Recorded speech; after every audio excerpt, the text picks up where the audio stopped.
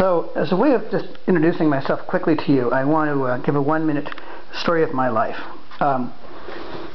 My mom was a homemaker and an artist and a kind of a community activist, and my dad was a consulting engineer. We lived in Iowa. I was born actually in Champaign, Illinois, at the University of Illinois. We lived in various kind of small towns in Iowa in the 50s. I was a science fair student.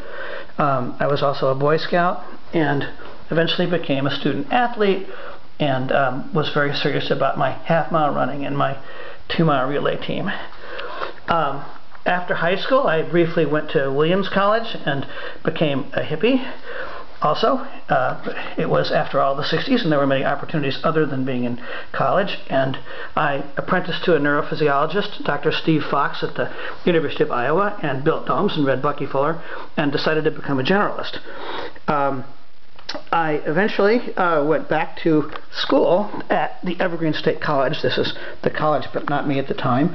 And from there went into teaching for a little while in New Haven at Hill House High School, over on Hill House Avenue. I then went to Divinity School at the Episcopal Divinity School. Went there for a year, lived there for 3.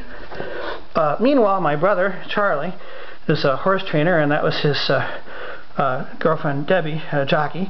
My other brother Dave is a blues musician, played on Prairie Home Companion, was the house band for a while. It was his band, with Garrison Keeler and Greg Brown and everybody. And I ended up during grad school growing tomatoes in North Cambridge and becoming even more of a political activist, and eventually got a master's degree and a doctorate, and in basically developmental psych and sort of large and small scale systems, sort of from psychology up to organizations. Then went to Stanford in a postdoc in organizations, also at the 83-84 election, so it was kind of a good time for that. Was hired back at Harvard Business School as their long-range planner for technology and education, or computers and education. I had a little office over in the basement of one of the finance buildings and began to learn a little bit about finance. Meanwhile, my mom was aging and eventually died of Parkinson's disease. And I left the business school, began working as a management consultant, doing large-scale organizational work for AT&T and for Jim Henson, and for many years those were my only 2 clients, which was kind of a wild thing. And then I added SoftBank and their various internet companies, Intel, published a book.